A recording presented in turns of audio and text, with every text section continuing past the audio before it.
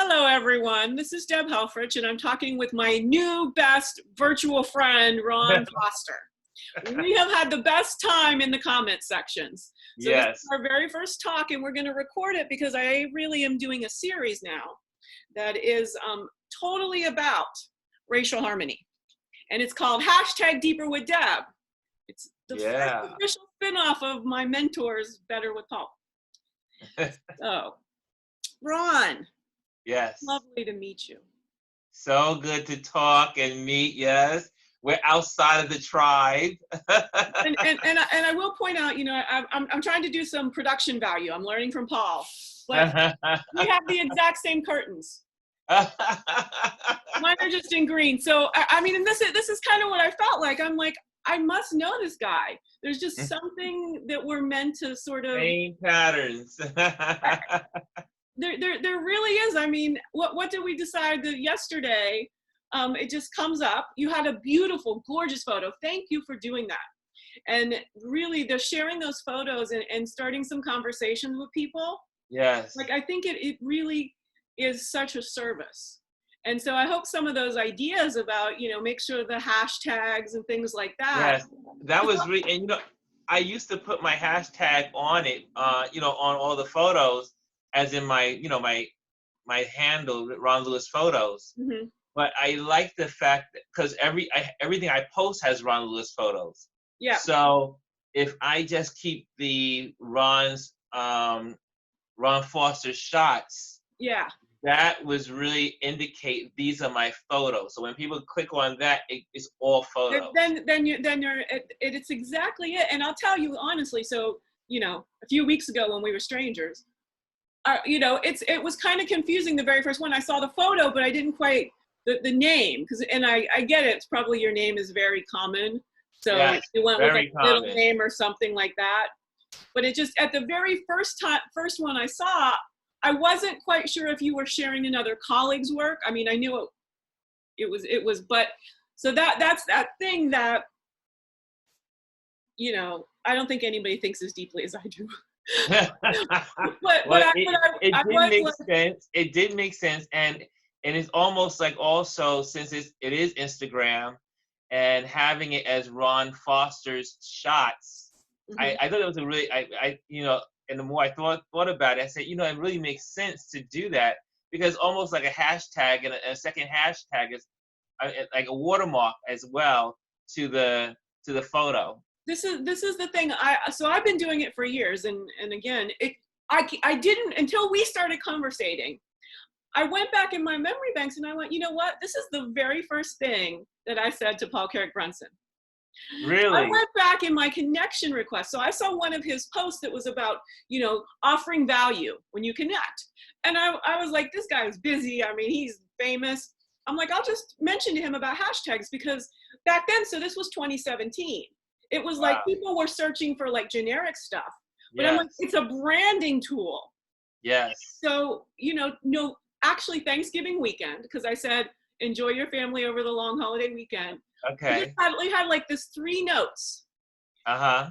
Okay, back and forth. And he said, oh, you know what? I'm going to use hashtag knowledge share. See? And we did not communicate again on direct message until March. Wow. When I asked to be on the show. And you know, it's so funny because I've been following Paul's career for years since he was at Black Enterprise. Mm. And so then when I saw him on LinkedIn, I said, well, oh wow, he's on LinkedIn. Let me just see let me see what he has to say. I mean, he was really good on Black Enterprise, and he did Our World, and so it was really cool. And but then I saw, I mean, you know, I started listening. I was like, oh, he's got some good stuff going on. And I just stayed in tune with him along the way. Yep. And I've always sent him like, just hey, how you doing? Thank you. You know, just, you know, the generic stuff that people say of appreciation. And I had no idea that I would get called on to be one of the first tribe members. And and it united. I mean, so the group of us, we're all connected. I talked to Kimmy. I talked to oh gosh, I forgot her name. Starts with A, but she lives in Finland. So I talked Mhm. to her about her hair products and stuff. I'm helping her with photography and doing Yeah. some product photography. So I mean, and how we all connected is in Don, who lives in DC. I connect with Don, So and Don is so doing my documentary project. is he? Yes, he is. Because Now, he's a he storyteller. He's a right. storyteller, and that's how we connected because he was looking for, and this is when we were doing when he said to reach out to someone Hmm. and to see if you can help them, Yep. and he posted he needed help, and I said, well, let me help him out. So I put it in there, Hmm. and we connected. Being that my photography is all based around storytelling, Yep. and so it's amazing. And I mean, Paul doesn't realize how tremendous his work is affecting so many people. Because think about it, all six of us, Yep. our lives are impacting each other now. Kemi, I'm talking to Kemi tomorrow. Yeah, and it's It's amazing. crazy because it's sort of like there's just instant trust. Yeah. And it's like, okay, this is a best friend. Let's see what our work is. Let's see. We all had our decks cleared. Let's like Yes. talk about projects, and we can literally have this crazy idea, but I think it's going to happen. That we Yes. could start a documentary introducing Botswana to. And and Botswana is one of my passion places. I had the wonderful chance to live in Africa for 3 months Okay, 3 months. and Good. to live well between five countries. I lived in South Africa, Namibia, Botswana, Zimbabwe, and I crossed over into Zambia. And then I ended up in the Middle East for a couple of weeks and then back into South Africa. Hmm. So it was And a when was long this? What year was this? 2016 into 2017. Okay. December 4th of 2016, I Hmm. handed in my resignation to my job. December 10th, I got on a plane and head to Africa Hmm. and lived there for 3 months and photographing the southern region. I tell And you that what, was the I mean that beginning of my career. that one photo is just, I mean, and you can feel it. You can feel everything about it that you were thinking. Like I don't know how to explain it because I don't want to, because it'll only come through my own words. But that photo, it's like, it's not just a photo of the landscape. It's a photo of your feelings while you were in the landscape. And it's so funny that you would say that is because every person I meet and they see my work, that's exactly what they say on every photo. Yeah. They say, Ron, I can feel your photos. Yep. And one of my friends introduced me to another friend of a friend. And when she met me, she saw the wildlife photos. This is like last year or 2 years ago. Hmm. And she just literally started crying as she was looking through the photos. And I said, are you okay? She goes, your photos evoke emotion. And Hmm. I feel the presence of every animal you photograph. Yeah. And at first when I thought people were like, yeah, yeah, yeah. But when I started hearing it over and over and over, and I would go to events and they would say the same thing, and I said, wow. And it's so funny because my I mean, people say, how did you get into National Geographic? And I was in Africa photographing wildlife, the Yeah. people, the cultures, the landscapes, the foods, everything. That was my world for 3 months. I mean, Hmm. I photographed from morning to night for 3 months in a Wow. plane, in a Jeep, in a plane, in a Jeep, in a plane, Oh, it right? sounds so wonderful. But when I came home, that's not the photo. None of those photos made it to National Geographic. It was a photo. It was a photo that I happened to be late to the Easter parade, the Easter bonnet parade on Fifth Avenue here in New York City. Right. Woman walks out the church with a cat on her shoulder. She's wearing a white blazer. The cat has a green fluorescent sweater. It matched the eyeballs of the cat. It Uh-huh. had no hair. It's a hairless cat, like those Egyptian cats. And then what happened is the light came down from from the top of the steeple at Mhm. the right angle, and Yeah. I saw it setting up, and I said, Mhm. "Oh my gosh, this is gonna be a great shot." I go in, get next to her, take the photo. Her white blazer was acting like a reflector. Yeah. Like when we like most of the time as a photographer, we have reflectors, but Mhm. she had a natural one from the jacket, and Yeah. it came out perfect. The photo came out perfect. But and I said, "Oh, this is a great shot," and I just threw it into my files. Yeah. 2 weeks later, National Geographic, I'm a part of their it was Your Shot program, Mm. and then it's for photographers all over the world that can submit to different stories. So they had a story that they had a submission for that was called Pops of Color, Mm. and I said, "Hey, that cat has pops of color. Why Yeah. don't I just submit it?" Out of 15,000 submissions, I was one of 30. And that is how I became National Geographic published photographer. It And changed the course of my life. And but it goes to show you the universe lines up it does. when you are living your passion because your passion is lined up with the universe. Mhm. Whatever your passion is, you're in sync. Yes. And as soon as you get in sync, the doors start open. When I made my decision to um, go after my passion in 2016, I started in February, but I was just a travel photographer Mhm. in 2016 in the beginning of the year. Yeah. By the end of the year, I was a professional photographer, professional cameras, professional equipment, heading to Africa to do my passion and haven't looked back. I mean, I love that you share that because it's like these journeys we have through life and in America we're just forced into these cubicles, and Yes, it's death in many ways. We have to, I mean, we now, the virus is giving us all the freedom to speak our mind, right? yes, We don't have to sort of pretend, well, maybe we might need a job in the future. We're going to live and all those companies are going to go extinct. yes. So And it's and now. then and this people don't realize, even though yes, there's death, yes, there's problems, yes, this disease this virus is horrible in its own way, Mhm. but this virus is also a liberator. Absolutely. It is going to liberate so many people that thought they couldn't live their dream because Yeah. now they have no choice but to do it. They have no choice. I mean, most people are like, wait a minute, I always wanted to sing. Well, now you can sing.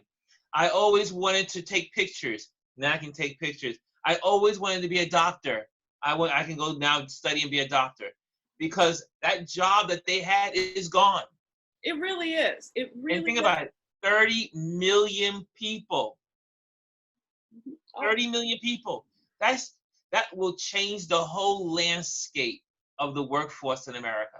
well, here's the thing, Ron. I'm going to just point out, as a freelancer, and I Yes. left corporate America. Um, Last time it was 2010, really. So I have no claim for unemployment. I mean, I have no money. I have no, everything I built is gone as a freelancer. We had forced so many people into the gig economy. These numbers are very underreported Oh, because definitely. to get unemployment, you have to actually be working for a corporate company, and the corporation has to agree to pay for you.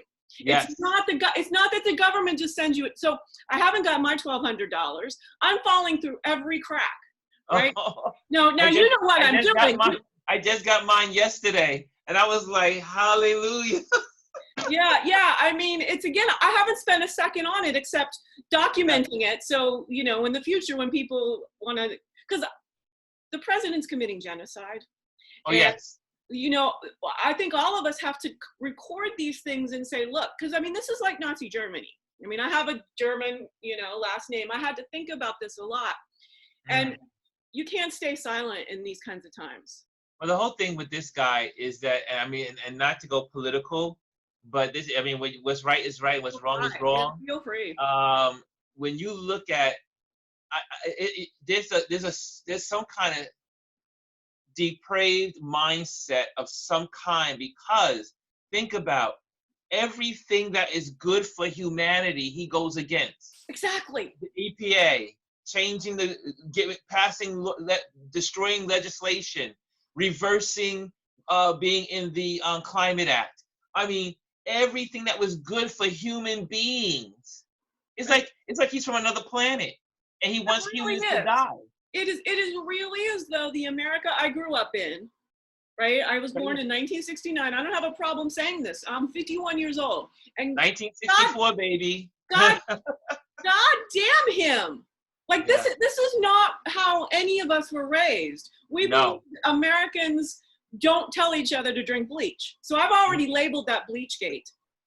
But Everything, everything. I'm telling you, he is for everything that will destroy humanity. Mhm. And it's just, I don't think, I know it sounds crazy, we're being recorded, but he's like his actions are like he wants to destroy humanity. I agree. And look, this is going to our tribe, right? Yeah. I'm not saying, you know, this is, Oh, okay. you know, this, I mean, again, and especially that we're going to talk for an hour. What I Yes. imagine, and this is sort of my vision here, is it's the whole conversation who's going to have time. They're either Yeah. going to really resonate with you and I and want to see what we Yeah. talked about, or we'll have this ability. I love YouTube. As soon as I said it, it's like, forget editors now. I mean, again, who's got the, you know, Yes. the time really? It's time poverty that's killing those of us in the professional class and the Yes. entrepreneurial class. Because people are having to homeschool their kids, they're having to call all of their family left, right, and center. It's just perfect. That's what humanity needs. And so Yeah. we got to invent these hacks to stop doing all this admin work. So Well, we'll have a little this has bit. been an incredible time for me. I tell you that. I've learned I've been stretched and pushed, and I've become more creative. I've become Yep. more instinctive. Like I said, just Instinctive. starting my photography 101 virtually. Yeah. Having my students online. I never in my life thought I would have students. So I mean, Hmm. I have students online that I'm teaching photography.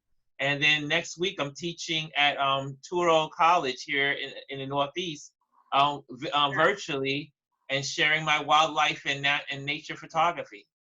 I'm just, I'll tell you what, is I'm looking for some time because I got to get some photography on. Because Yeah. so I got to go to South Africa in 1996. Wow. One of my keepsakes, and I got my little thing on. Love it. South Africa. I mean, that whole region. I mean, like they call us the tri-state region here in New York City, Yeah. Connecticut, New York, and New Jersey. I call it the tri-state, the tri-countries, Mm-hmm. because it doesn't get better than South Africa. I mean, Namibia is still there. They're not connected on that border, but that border, South Africa, Botswana, Zimbabwe, Yep. unbelievable. But Namibia that's like another world of itself. It really is. So, but look at this. Look at me. I want anyone who's watching to look at me. So I have been to Johannesburg area. Went to the Pilanesberg Nature Resort. Yes. My best friend when I went to Paris in 1990 was Zimbabwean. We were both learning French in an immersion, so we all and she went our third cohort. We'd always go get a coffee with. He was a prince from Swaziland, Yeah. and now my dream is to move to Botswana. It really, I have written a movie. I've written a movie about going on a location scout to Wow. Londolozi. Have you heard of Londolozi? I stayed there. I was gonna ask. So the name I of the stayed movie in is Londolozi for a week. I love them. They are.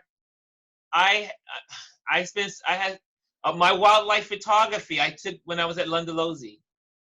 I was in their part of Kruger National Park. See, I knew it. I knew it. Wow, look at all the connections. But yes, Londolozi, I still talk to them. I close friends with some of my Vardy family? rangers. You talked to the Yeah. Vardy family? You know Boyd or Bryn? or bronze? I know the father. Mm. I know the father and the wife, and I also my ranger who took me on my Yeah. out into the bush to photograph the wildlife. Nick, his name is Nick. Great guy. Londolozi. Oh my gosh, I can't wait to go back. I'm an interior designer as well, and the interiors of Londolozi. Yeah. I I've mean, seen just a few pictures, but I can only imagine how gorgeous.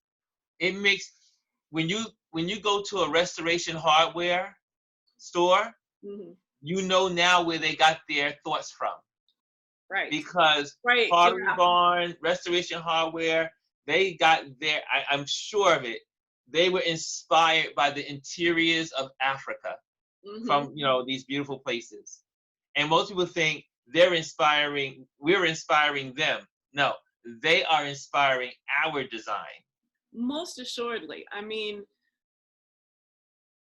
and again, the love of all the people, the rewilding for all of the Have you been to animals. Botswana? No, so I've just been to Johannesburg. I got to go for a week, and this was 1996, right? So, Oh, we didn't quite have as much internet. I didn't, yes, I, different world.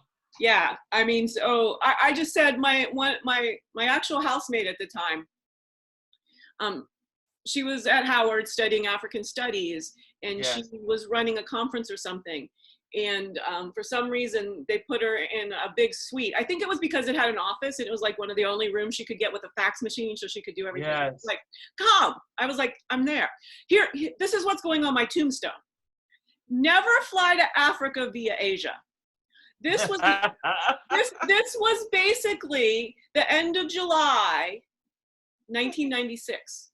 Do you know Oh why my God. I go through Asia? So I was in San Francisco because it was the Olympics. And every flight from Europe to Atlanta to the whole East, like there was just no way to get between Africa. And I got a Wow. ticket on Singapore Airlines that I could do stopovers in Hong Kong and Singapore.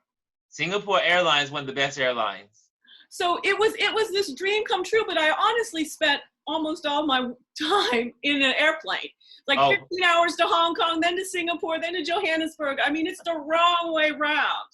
But it was yes, so yes. important to me. And it ends up, because it was literally, I was there for Bastille Day. Okay. Nelson Mandela was in Paris. Yes. But the good thing was that the friends I made, that we drove around and you could just drive right past his presidential house, because there was no security or anything. He was out of the country. So it was sort of like we just kind of drove up and people Isn't would come and that tour me. neighborhood is beautiful? And then in the spring, I don't know if I had a chance to be there during the spring. Yeah, I guess it was spring going into summer. Mm-hmm. On his block, Mandela's block, where his presidential not palace, the Yeah, home. yeah, because we don't even know what to call it with our whole White House The conception. It's presidential just home, a but home, yeah. on the strip though, there's this long street, Mm-hmm. and it has these huge, big trees. And in the spring, spring and fall, they pink flowers, like a pinkish Mm-hmm. lavender color flower is produced by these trees, and for literally 2 blocks straight with these big giant trunks and branches twining in, it's like you're going through a tunnel of beautiful flowers. Yeah. It's one of the most beautiful places. But I was, when I stayed in South Africa, when I was living there, the times when I wasn't traveling around to other places, Mm-hmm. I lived about a mile and a half from from where he lived. Oh. Yeah, Now, the I count myself very fortunate to be able to have done that and have that experience. But Botswana, you have to go. And when I say that is Mm-hmm. because one is the Okavango Delta is just amazing. Mm-hmm. The people of Mound are excellent. I mean, the people in general are just really sweet. But what's great about Botswana is that they are now equivalent to Paris. Yes. So they no longer are seen as a third world country or a second class country. They Exactly. are now a first class country in Africa. They have emerged. Yep. Now they're just as prominent as South Africa, if Uh, not more. Much exactly. So you know, we won't shy away here from talking about the reality of things. Yes. So my movie, and I submitted this to Ron Howard and he rejected me, and he's gonna rue the day, let me tell you what. I created a movie called Londolozi, and it's on my website. I can send you, it's not, you have to know to go get it, because I'm trying to get the producers behind it. But it's actually a real life kind of a thing. And what was going to happen is I happened to know a movie star from college, and the two of us were going to go on a location scout to Londolozi. We were going to be at Londolozi just doing a location scout, you know, a little pampering, a little, you know, love. Oh, it's the best place. And something was going to go wrong. What was going to go wrong to the rest of the world while we're safe in Africa was all seasonal sunlight flu. I predicted the COVID virus last summer. Now, Wow. and literally, and when I said it, my evil villain, you know, and at first people call it sunlight flu. And what happens was you get sick for 5 days, then you get well for 2 days.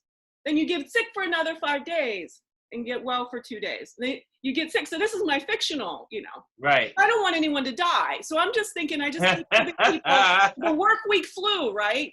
Yes. And the thing was, is everyone was trying to figure out who to blame it on. Like, we blame it on the bats. And so at some point, some random, probably a 45 kind of idiot goes, it's like the sun's giving us the flu. So that's why it's all seasonal sunlight flu. Wow. I literally I said, in 3 weeks, all the sick leave evaporates. It's going to start creating economic turmoil in America. And it's like, I didn't care about all the horrors, but I predicted it. And so what was going to happen then is, you know, we need to help save humanity, right? And we're all safe in Africa because, again, and it's coming true. I'm getting citizen reporting that Botswana is right on top of this because they've got brand new, you know, they became a democracy in the 60s, right? I don't know. Really, I think it was 1962, 63. So they went best practice. They really did. And of course, it bears mentioning, it was, you know, the lineage of an African, you know, royal family and a British white woman who were the first, you know, president and first lady. Yes. But so I basically, again, last year before any of this happened, I said, you know, what we're going to need to do is go to Botswana and start talking to scientific researchers. They've got the whole infrastructure there. We're trying to figure out what this flu is, because what starts happening is people go, the redhead's starting to look good. She's starting to look like and we had just come from Seattle. I had just come from Seattle when I went to Londolozi. Yes. It's like the epicenter of where it started, which is actually the truth. Washington State had the first death from COVID-19 on February. Here in America that we know of. Well, now it may be San Diego, but they're figuring it all out. Close enough, right? What I've also heard yesterday, the Seattle Times said that there is actually an East Coast and a West Coast strain. That the virus has mutated, and so part of why y'all are having so much trouble. I knew that from the beginning because it was impossible that this was one disease. One is, I knew from the very beginning when there were people that were getting the no smell, no taste form of the disease. Yeah. And then you got the other ones that were getting the cough and the fever kind of disease. Those are two different total symptoms, but they were the same coronavirus, but then it's mutated. And they say now it may have mutated maybe 2 other times. Well, so this is, again, once it's successfully mutated in its hosts, then see its evolutionary capacities are up here. It's evolving too. And we're because it's so simple. Like, for humans, we can evolve our thoughts. So again, those of us, and I've just invented, you know, the whole growth mindset, fixed mindset. I'm like, I have to call the lady because we need a third. We need an evolving mindset. Yes. You know, it's every single day we spend the time, and this is, again, I'm just having conversations with people because you'd start making all these plans and you'd be like, okay, all right, we'll go back to work in XYZ, and it will be like useless work 2 or 3 days later because So it's like you have to just learn to just go with your passion, look for these great projects that are going to be happening in the future. And, you know, it, But I'm on the plane with you. When you go back to Botswana, when you go to Botswana. no, I mean, we're actually going to put together a treatment. Okay. Oh yes.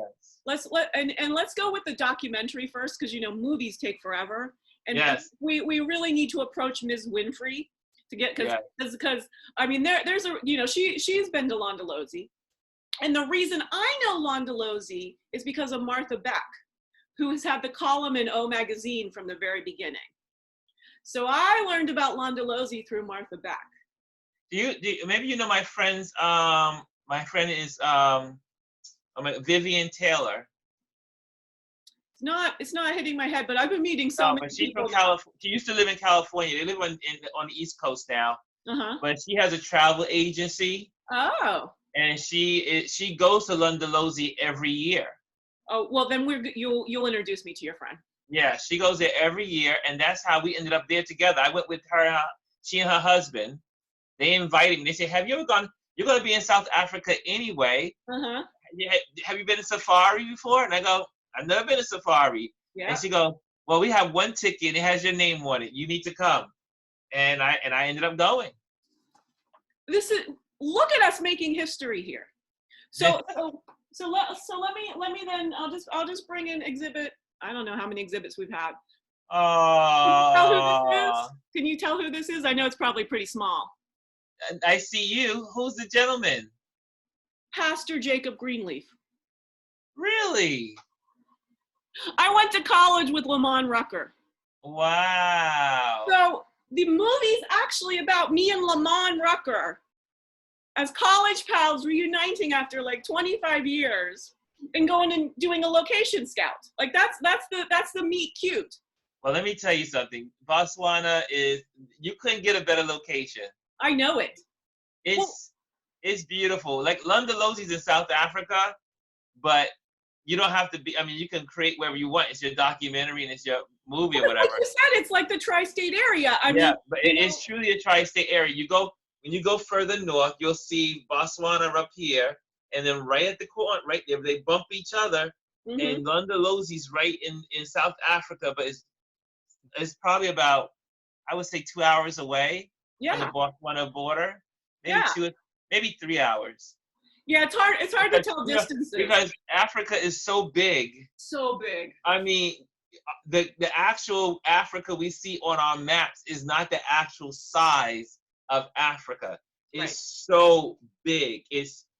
I mean, you can't believe it when you're flying across the continent. It just keeps going. It's like going across the Atlantic Ocean. It's huge. It really is. And that's I've shared many times that pictograph that sticks basically all the rest of the land mass in. I mean, you can fit most of the you can put all the land masses inside of Africa. The United States. We're going to co-make a documentary. Yes. It's I think we're signing the deal memo right now. Yeah. Because when we align our two visions of this thing, and because it's really fascinating, they use the diamond money for their citizens. Yes. And I was just again this weekend when I got the word that Botswana has one case and that they're really containing it. That they probably the citizens come first, and then you get reports from Nigeria and Kenya who are struggling. Well, up near the equator, you're in a different season, first off, because the southern hemisphere is reversed. Yes. One of my favorite things is to tell people I went to Africa and there was ice on the ground. Yes. I was there in July, mid-July. Right, when they're winter. It's winter. And so this was the scientific thing about, how come the redhead's okay? And she had come from Seattle. When I looked at the latitude of Cape Town and San Francisco are really close. They're about 3 degrees different. And then being like coastal cities like that with the mountain ranges, the climate of Cape Town and San Francisco are almost identical.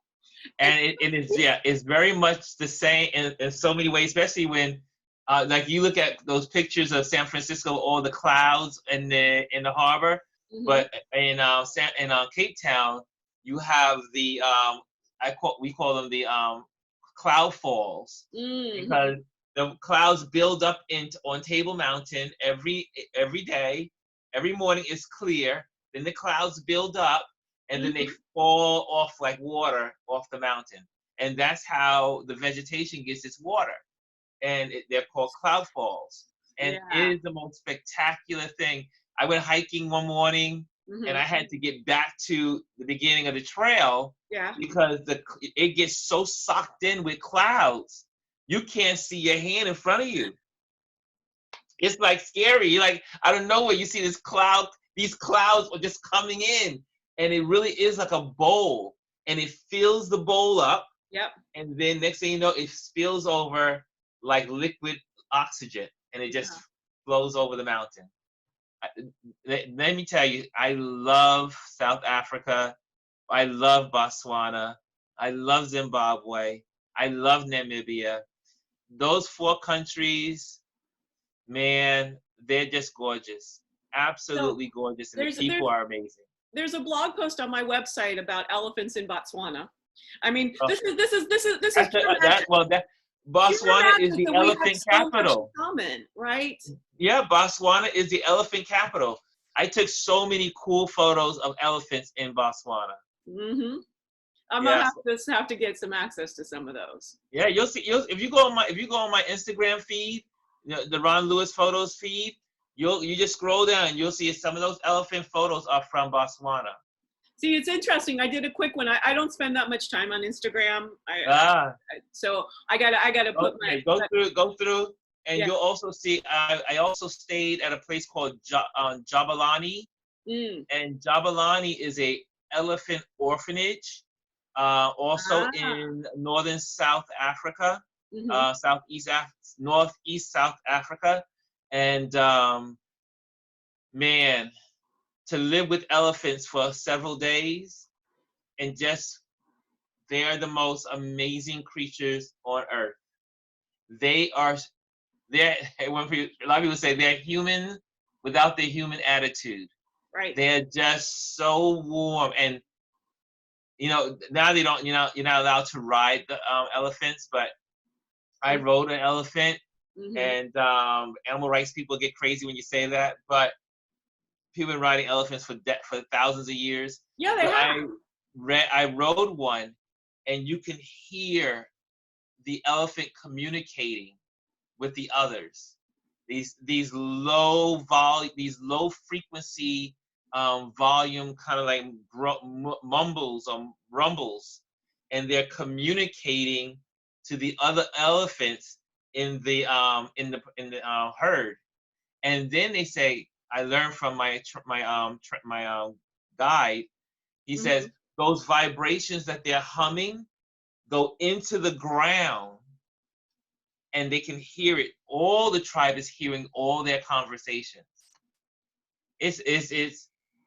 I mean, my time in Africa was life changing. I mean, you never see the world the same. Never, never. So I haven't shared screen for a while, and I just Okay. think I might promote one of your photos. We'll do a little go check Okay. out, because what I have is a map of so it was basically an article about well, we won't go into that, but I do have a really good photo that I just want to share. This is like the top of my blog, and I think this is just, it's incredible. All right, can we see it? Yeah, I see. This picture of giraffes. This Yes. picture, That's in Kenya, right? yeah. So they're doing a lot of relocating, and giraffes are now my spirit animal. They're beautiful. And so yeah, and so yeah, I just took a look. I wrote about elephants back in June, and see, I got the map of whatever's going on. Wow. Yeah, there's it's again around the Okavango Delta, and so again, as you just said, it was the activists, us Americans need to keep our mouths shut if we're not willing to spend 10 minutes to understand the situation. Yes. Apparently, they had started trampling down villages. Yes. And so there was this whole thing about, perhaps killing elephants, culling, I guess that's a better term. And all of the American activists are like, yeah. I'm like, now hold on a second. First of all, the elephants are not at fault. We're the ones building in their like ancient migration paths. We can't. There you go. That's exactly the problem. Mm-hmm. These animals, and it was the same again, even with who knows if this is done in a lab or whatever, but the coronaviruses, and they've been around for millions of years, all these viruses, but we have infringed upon nature. We have tore down the rainforests. We've tore down those barriers between nature and mankind. Yeah. And so now we're encountering diseases that we have never encountered as human beings, because now we are infringing upon these territories. Yeah.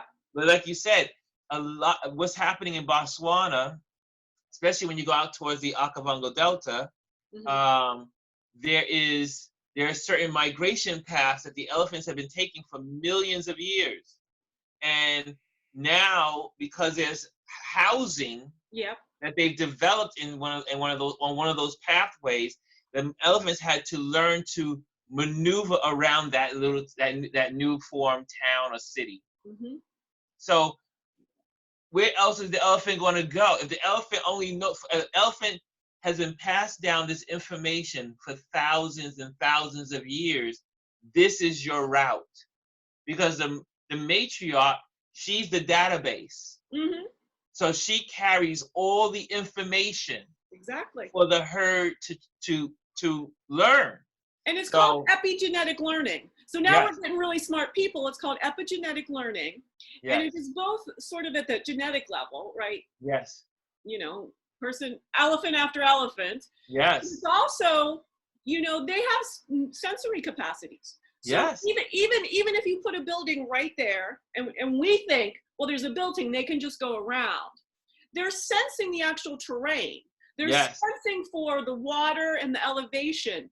So it's not what we think. We're used to having to maneuver in environments that aren't. They're not real. Humanity, right? Or that are not organic. In not organic environments. Exactly. So I put out an argument. I'm like, first off, understand the situation before you go, oh, we can't have people in Africa killing elephants. Stop it, white Americans. You all are crazy. And this is why I'm happy to unite the globe. Because I just see so much stuff, and now that I'm getting a voice, and now that, I fixed my house and everything, the thinking in America is poisonous. I mean, the reason why Americans think the way they do is because they don't. You would think, because America has a lot of citizens here in America have money, right? But the majority of the people don't, and the majority of the people don't travel, and the majority of the people don't see the world. For instance, if you're a child and you grew up in Europe, the average child in Europe speaks 3 languages. Exactly. Minimum. In America, you're barely getting to learn English, and that is their first language. So when you're in Europe or you're in Africa in one of the countries, you have people traveling from different parts of Africa into your townships or into your towns or your village. These are interactions. There's different dialects. There's diversity, mm-hmm. and it's continual diversity. Yep. America, unfortunately, does not have that. We say we're diverse, mm-hmm. but we're not really diverse because we really don't understand the way the rest of the world. When you sit in a hotel in France, or you sit in a hotel in Zimbabwe, mm-hmm. when the news comes on the TV, they're talking about the whole world. The whole world. In America, when the news come on, it's just America. It's barely America. It's more entertainment. I've been taking an informal poll, and I have asked, and nobody else, everyone goes, oh, you're right. I haven't heard a single peep about what's happening in Mexico. We're on the same landmass, and we don't have a night. So I had done a joke. So part of this philosophy, back when I was like, how do I sell philosophy? Mm-hmm. And I'm kind of funny and over the top. I did this joke about the wall. And I was like, guess what, y'all Americans?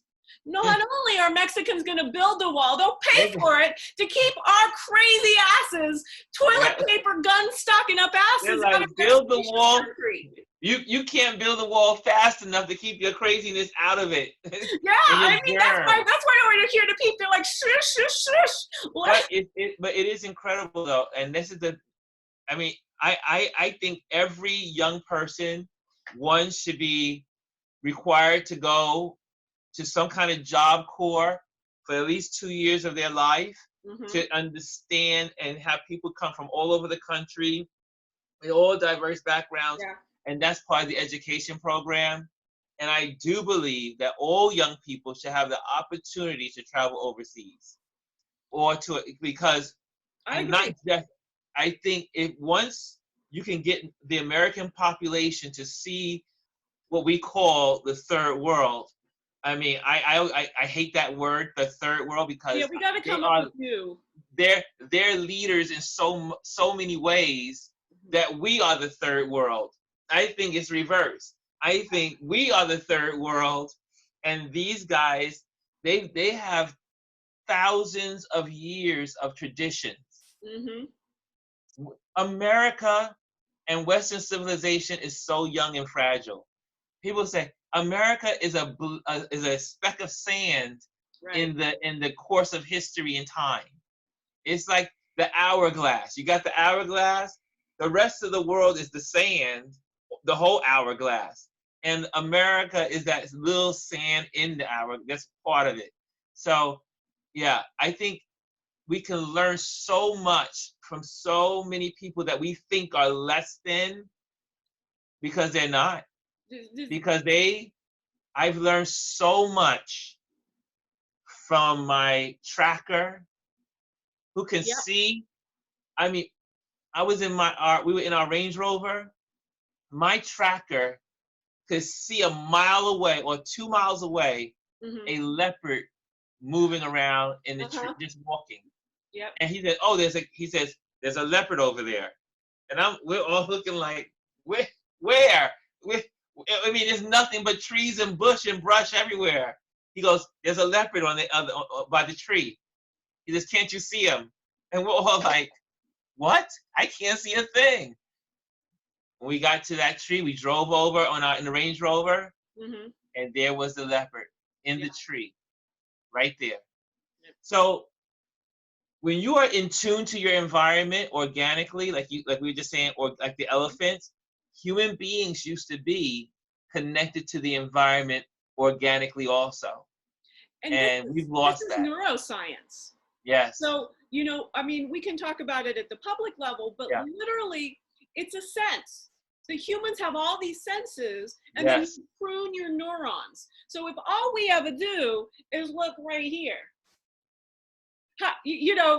we can barely see, who's like sitting next to us on the bus. That's right. We've given up, honoring the natural world around us, because it's so toxic and polluted here in America. I mean, well, I'm enjoying this period. I tell my friends all the time, and now I'm not the only one talking about it. I heard Kelly and Ryan talking about it this morning, and people on the TV are talking about it. I discovered it immediately within a week. I could hear birds for the first time in Brooklyn. Yep. I mean, and what I mean by I used to hear the birds every morning around 4:00 in the morning. You hear the birds start chirping. Yeah. I hear the birds all day long. They fly right by my window. I'm in a high rise. They fly by. They hang out on my air conditioner on the window ledge. They fly by. I hear them singing all day long. I said, I hear more birds than I've heard than when I'm in the Catskills or the Adirondacks or somewhere, some mountain area. Yep. It's amazing. I'm telling you, we're not getting back out soon. So since you are in Brooklyn, I'm gonna just say it's gonna be a do the right thing kind of summer. Oh, and I don't know anything about the virus, right? But as far as emotional powder keg, people are all the people who are the fixed mindset, they're cracking already. So when it Yes. starts getting hot and you've been locked in already for a couple months, you know, it's like you might as well really stock up and work on creative projects, meet people around the globe, just get online and start, you know, and going. do what we're doing. This is what we're doing. And we We're have this, meeting people. what Think about it. 30 days ago, we didn't even know each other's names. Now, I mean, here we are having a great conversation. And not only are we having great we have the conversation, same curtains. we have so much in common. It's and this, so this is the thing that I'm pretty sure our documentary is going to happen. So I believe we'll make it happen. We're going to talk to Don. You know, I mean, I know he's got projects booked, but I bet there's some way that Don is meant to be this, because I just feel this. I feel But like he's got the video in. He's the video storyteller. I mean, you got the what they call it, on-site photographer. Mm-hmm. Voila. You have your videographer, Mm-hmm. which Don. You have the writer, putting all together philosophy. Yeah. And then you just have a couple other people here and there. You're done. You got it.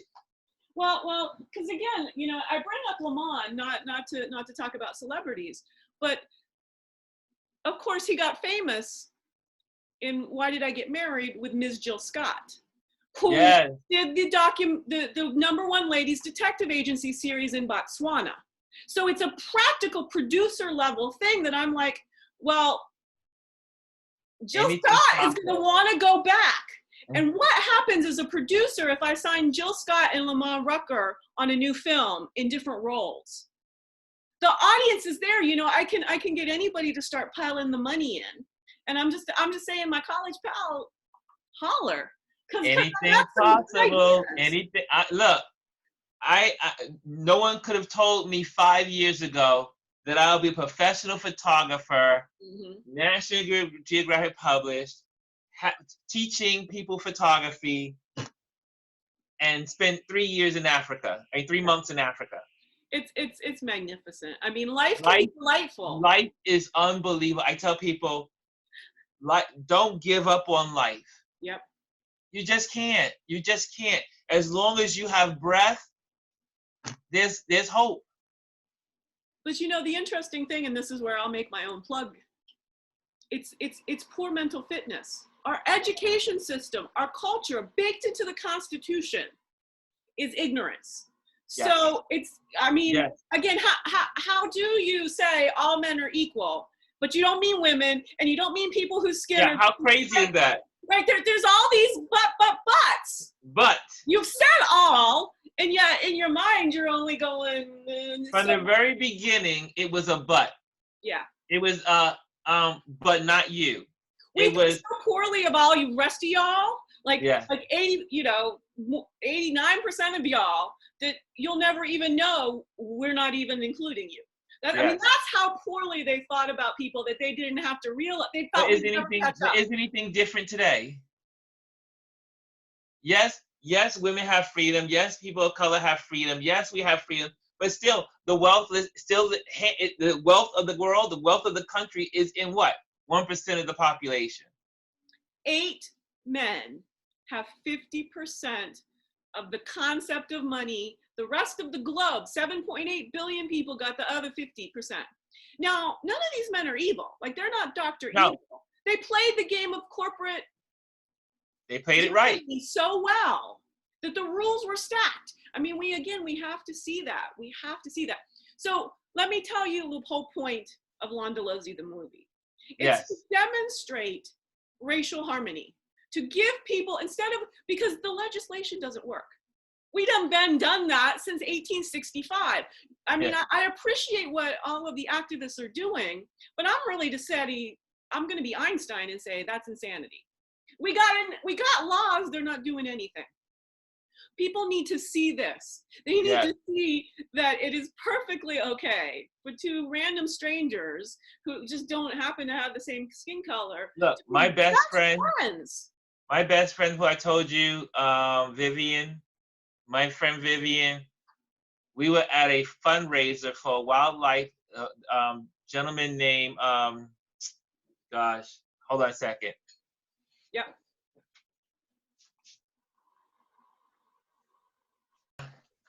A book.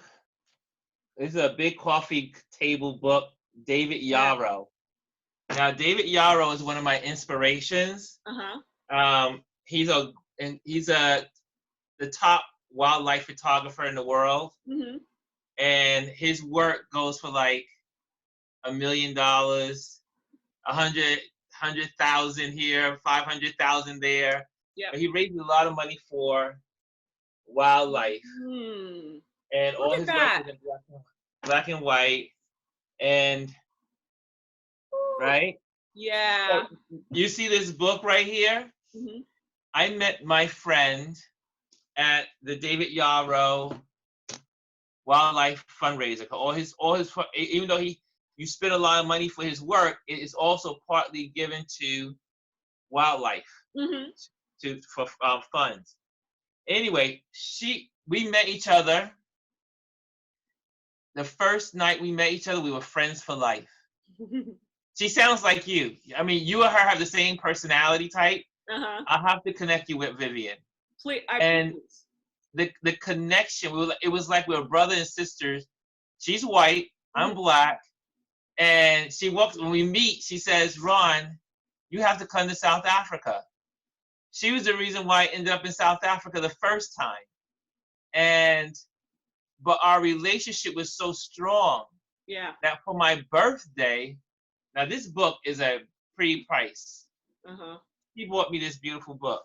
Yeah, I know how much those kind of photography books cost. I mean, this is, and I say that is that you can meet someone, and we just, like I said, at an art show, at an art fundraiser, and it changed the course of my life, of each other's life, because I ended up being a part of traveling to Africa, doing wildlife photography, things that I would have never thought of doing.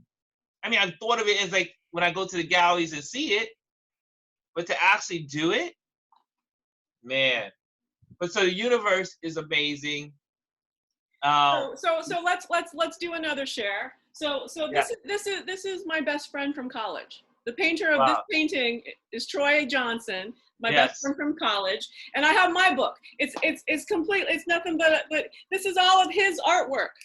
So he has a master's in fine arts from Howard. Wow. And I have got a whole thing of all of his artwork, and he's not known, right? America says, oh, we don't pay artists. We don't like painters. I mean, and it's the combination of the landscape and just, so this is, I actually have this painting in my. That's gorgeous. I mean, it's incredible. I cannot believe that somehow he's not, and I said, you're coming with me right now. You know what it is? It's also, it's always about, unfortunately, in our world, especially in America, is who you know.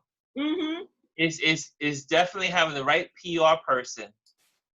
I mean, he really is a master at painting, and it has hurt me again and again and again that this man with his talent, and so. Does he still paint? Does he still paint? Oh, he most certainly does. And now that I'm getting, because this is my studio background, I'm gonna have people are starting to ask about it, and I his website's down. You know, he's working a corporate gig doing this, that. Yes. And so I was like, well, I gotta have somewhere to send them, right? Because he's given me permission to now on my website, my last couple blog posts, I'm starting to like put his artwork out there, because now nobody was visiting my website, so it wasn't that important. And he wants me to send them to Facebook. I'm like, no, I will put your website back online. We have to talk about this, because you are so unique. You are one of the most unique people I have met in 2000. I mean, 2020 just begun, but I have to say, well, it's halfway through now. And you are one of the most fascinating people I've met this year. Your drive to connect people and to help people is really, I mean, it's a gift. Thank you, Ron. Most people can't do it what you do. Thank you, Ron. You know, well, but we'll tell anybody else who's listening brand new. I lost 130 pounds in my 50th year on Earth. I was locked in. It was miserable. And I had a chronic disease, so the pollution, my whole thing about loving animals, I had to learn how to heal myself because I've been in self-quarantine for a decade. That's why I'm kind of thriving. So part of this, this is your world. part of this is like everyone's now like come into how I tried to have a virtual life. I still can't. I actually can't go out. It's even worse now. So I do see the wildlife coming back. But what's happened in my neighborhood is all the white people are bored, and all they do is like home improvement projects. So there's like chainsaws. I don't know what they're doing. I have no idea, but they're all bored. They can't go anywhere. So they're doing home improvement projects. So I'm really safe. It's really interesting. I had to move to an island to get well. Wow. But we've got nothing but Black Lives Matter signs. I'm like, can we bring some Black people here to see all these Black Lives Matter signs on all y'all's yards? It would be nice. It would help. So that's kind of, again, I see these things, and I said at one point, and this was actually probably fall 2018. There was an incident here in the Seattle area that really, it hurt my heart. And I said, you know what? I gotta, because it used to be when I could go out in the world, you'd see. I'm gonna have to leave. I gotta leave you. The reason why, I'm supposed to be at another meeting at 5 o'clock. We'll do this again. It was lovely meeting you. This was so good. I said, holy crap. Wait a minute, I have a meeting. I did not pay attention to the time. I thought we'd only gotten started. This was wonderful. I loved it. This is absolutely wonderful. We got to do this again. Yep, and we'll see each other in the comments section. It's not even we got to. We will. We will. We're going to do the documentary on Botswana. Yeah. Let's think about it, and we'll get a treatment together. Oh my gosh! Thank you so much. Lovely meeting you. Love you much. Love you my new much. Palsy Wowsy. Thank you. Indeed. Okay. Be bye.